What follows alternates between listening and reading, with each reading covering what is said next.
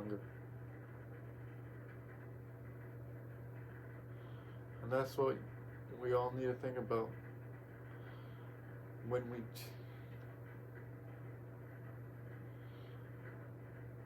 look at the ones that we want. That's how we need to be to everybody, no matter. And that's the way, like, I get there's people that there's in your family that you're around more, that you're just naturally going to live with, that you're going to be closer with. But the family of God and the family of the people that you chose to be in heaven, there's no number for that. It's the people who you allow to try and who allow God and believe that God died for us. And if you believe that, then anyone can be in it with you. As long as you know how to, you don't have to be preaching, tell them, oh, this is what God did for me, this is just be you. And yeah, you can drop little hints, little things in to tell them about, but just be you and show them how God enabled you, as this is what I learned, what God allowed me to do. As God allows us to do what things that we are doing right now. And if He didn't allow us and was the ruler of the things that He could be, then maybe you couldn't do half the things that you do sin every day, that little things that you don't do right, that are not right in His eyes, but you think that are right, but you don't have the knowledge or wisdom yet to understand how that's right or wrong. But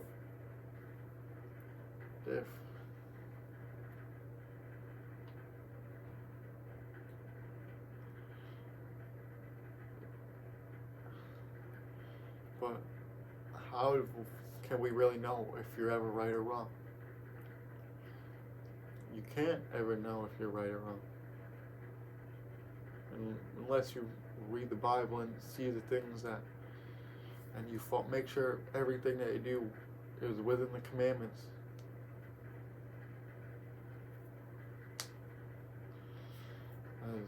That's where I believe, as long as you don't do any moral sins or within the commandments, and try to do all the things that lead you to the path where you can be at unconditional love, as that's, I believe, where everyone can be, where we love everybody the same, as we look at nobody with no bias, no different eye, no side eye, and no different look at each other, because if we do that, then we're being judgmental, like the fallen angel, the devil. And nobody wants to be evil. And if we're judgmental about stuff, about people, because everybody has different stories, and that's what we need to do. Just listen. The biggest thing is listen. Because everyone's worried about action, but just listen. And just let the silence of the moment kick in. If you let the silence kick in, then you really know what's around you. If you're on your phone, not letting the things around you, you're just scrolling, doing things like that, that's a distraction. But if you just take a breath, you really feel the room around you. And if you don't feel right in the room, maybe it's time for you to go out that room and leave that room. Or maybe it's time for you to uplift that room. But if you don't feel all the way smiling like you want to be in that room, then make the change, make the choice. Because that's where fear holds us all back. When we're afraid to make the choice because of things that we think that how other people are going to view the decisions that we make. Because we're worried about what our loved ones think. But if you're worried about what they think, then are you really loving yourself? Nah, you can't. Because if you're doing something for everyone else, then you're not really doing God's path for you. As Jesus did, walking together by himself to do what he had to do, to 41 days to figure out what he had to do. And let all the temptation come to him, but he said no.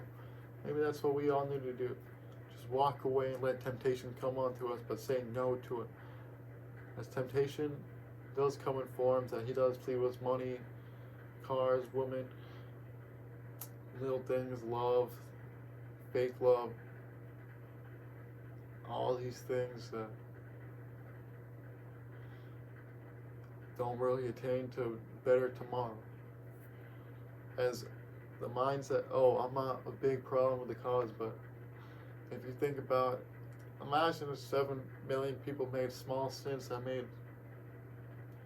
that's how many people on the earth, I think it's like 6-7 billion, I'm not too exactly sure about the numbers, but if you do one small thing a day that does hurt the earth, hurt God's creation,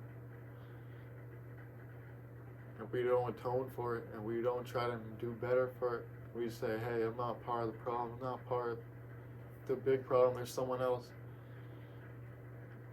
7 billion times over 365 days is, that's a lot of billions of people just ruining the little things we have. But if we all work to create a solution that involves everybody, as everybody is people, everybody deserves a chance. Now there are people that are felons, are crooks, or things like that you might say that are dead wrong in the first place and don't deserve a second chance.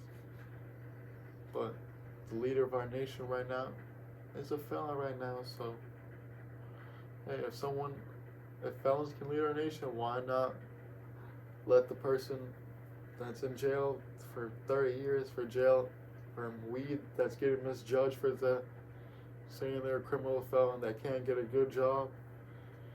As I remember having a conversation one time when I was in school,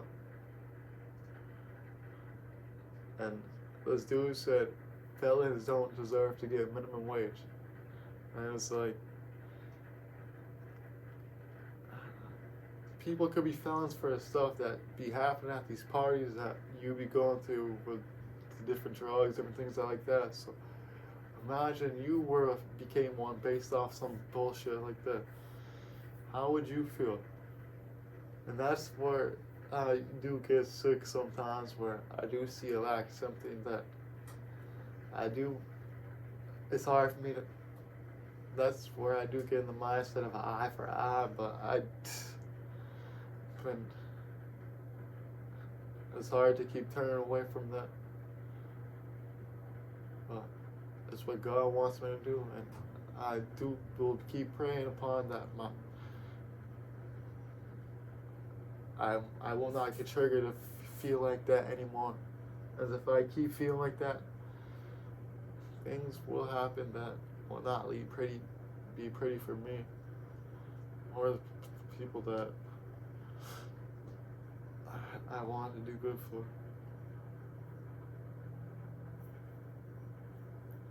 But oh shit.